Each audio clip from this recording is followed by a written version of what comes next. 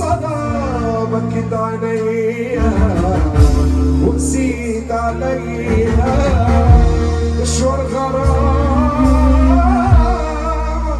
هدني هسيب الشعي يدمر قصتها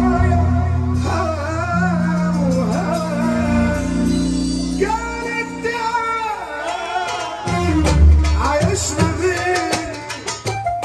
عايش ما بين 4